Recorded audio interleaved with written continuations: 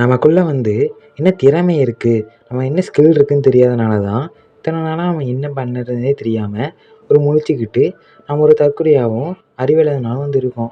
நம்ம எப்படி அறிவு வளர்க்கறது, எப்படி ஒரு திறமையாளனா மாறுறது, அப்படிங்கிறது தான் நம்ம இதில கத்துக்க போறோம். திறமையாளனா மாறுறதுங்கிறது ரொம்ப ரொம்ப முக்கியம். நம்ம ஸ்கில் என்ன தெரிஞ்சுக்கணும், நம்மளுக்கு எது மேல ஆர்வம் இருக்கணும். நமக்கு எது ஆர்வம் இருக்கும், அதில எப்படி நம்மளோட ஸ்கில்ஸ்லாம் வளர்த்துக்கிறது, அப்படிங்கிறத இந்த வீடியோல நான் முழுமையா சொல்லப் போறேன். அதன் மூலியமா உங்க மூளைய நீங்க வளர்த்துக்கலாம்.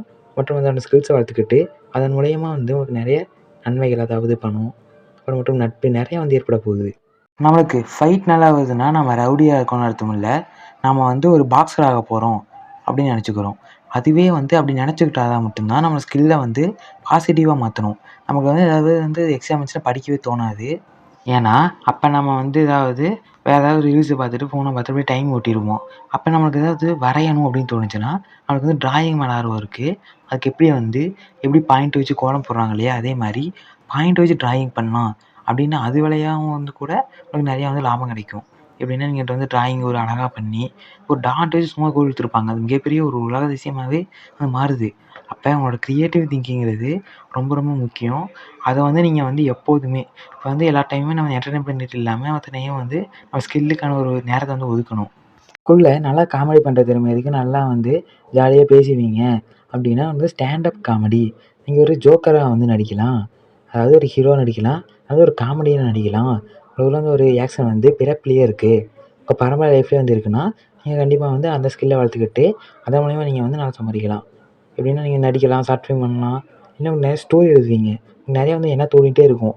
ஒரு வெளிய போய் பார்க்குறீங்க, ஒரு கடையில ஏதாவது வித்துட்டு வராங்க, இல்ல ஏதாவது எடுத்துட்டு நடக்குறாங்க. அதெல்லாம் பார்த்தோன்னா உங்களுக்கு ஸ்டோரி தோணும். அப்போ உங்களுக்கு ஒரு கதை இருக்கு. நீங்க ஒரு கதையாசிரியர் ஆகலாம். ஒரு ஏதாவது டைரக்டர் ஆகலாம். அப்படிங்கிற எல்லா திறமையும் நம்ம வெளிய போய் பார்க்கணும்.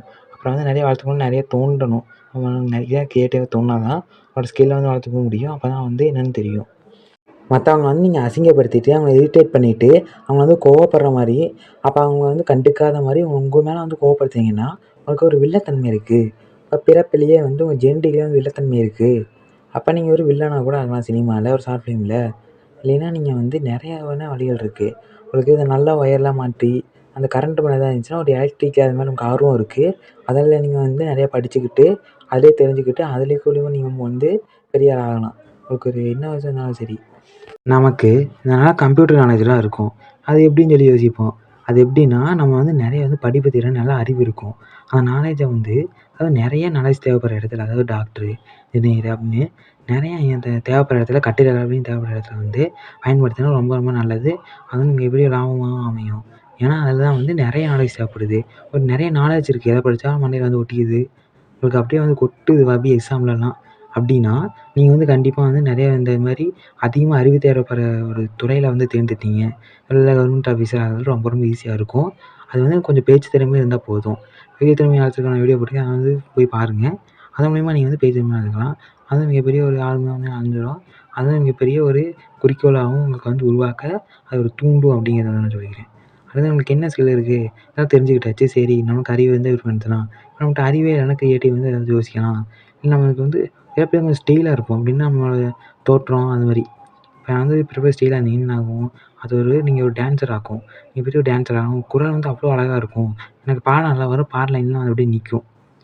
பாடுறதுக்கு உங்களுக்கு அவ்வளோக்கும் மனப்பாடம் பண்ண எக்ஸாம் கூட நிக்காது. ஆனா, பாட்டு வரிகள மனப்பாடம் பண்ணா அப்படியே மனசுல நிக்கும். அப்ப என்ன பண்ணணும்? உங்களுக்கு பாடுறதுல நிறைய ஸ்கில் இருக்கு. அதனால தான் ஜெனடிக் இருக்கிறனால தான் உங்களுக்கு நிறைய பாடுற திறமை இருக்கு. அந்த பாடுற திறமையில நிறைய மியூசிக் டைரக்டர் கூட ஆகலாம். அப்புறம் உங்களுக்கு நிறைய ஸ்கில் என்ன சொன்னேன் சண்டைலாம் சொன்னேன். அப்போ உங்களுக்கு சண்டை அது மேல ஆர்வம் இருக்கும். இப்ப WWEலாம் போய் பார்த்துருப்போம். அப்ப அது மேல நமக்கு ஆர்வம் வரும். அது பாக்ஸிங்கா இருக்கட்டும், கராத்தேவா இருக்கட்டும், ஏன் போலீஸ்ல கூட சேரலாம், ஆர்மில சேரலாம். அந்த அளவுக்கான திறமைகளும், உங்களுக்கான ஒரு மனசுல பலமும் இருந்துச்சுன்னா நீங்க ஆகலாம். அதுக்கான கொஞ்சம் பலமா ஆகுறதுக்கு ஜிம் போயிட்டு, நம்ம உடம்ப ஃபிட்டா பார்த்துக்கிட்டீங்கனாலே போதும். அப்புறம் அதுக்கான என்ன ட்ரை பண்ணணுமோ அதெல்லாம் தேடினீங்கன்னா, அதன் மூலியமா நீங்க உங்க ஸ்கில்லாம் வளர்த்துக்கலாம். வேற என்ன இருக்குன்னா, உங்களுக்கு எது மூலியமா இதா இருக்கோ, சொன்னோன்னா அது எலக்ட்ரிக்கா பார்க்கலாம், இல்ல கட்டடக்கலையா பார்க்கலாம், டாக்டரா பார்க்கலாம், சயின்ஸ்ல பார்க்கலாம். இல்ல வேற எதுல இருக்கோ அதெல்லாம் நீங்க பண்ணலாம். இல்லைன்னா எலக்ட்ரிக்கா மிஷின் ஆர்வம் இருக்கு. நீங்க மிஷின் கூட தயாரிக்கலாம், இல்ல மிஷின்லயே வேலை பார்க்கலாம். அந்த அளவுக்கு உங்களுக்கு தனித்துவமான ஒரு திறமை இருக்கும். அதாவது நம்ம விவசாயம் பண்ணுவோம் இல்லையா? விவசாயத்துல அந்த ஆனால் அவன் எப்படி பண்ணுறது, யூரியா எப்படி போடுறது, அதே மாதிரி தான் அவனும் வந்து இதுவும் அந்த கம்பெனியில் மிஷினில் எப்படி நோண்டுறது அப்படின்னு எல்லாம் நீங்கள் வந்து கற்று வச்சுருப்பீங்க. அது வந்து மிகப்பெரிய ஒரு நமக்கு தூண்டுகோலாக வந்து அமையும். அதை வந்து குறிக்கோளா வந்து மாற்றிட்டு நீங்கள் வந்து ஈஸியாக வந்து ஜெயிக்க முடியும். அப்படின்னு நிறைய வந்து வழிகள் இருக்குது. அதை தெரிஞ்சுக்கோங்க. சரிங்களா? அது வந்துட்டு வேறு நிறைய வழிகள் இருக்குது. அடுத்த வீடியோவில் சொல்கிறேன். இந்த வீடியோ டூரேஷன் முடிஞ்சதுனால அவ்வளோதான் முடிஞ்சிருச்சு. முடிஞ்சால் வந்து சப்ஸ்கிரைப் பண்ணிடுங்க.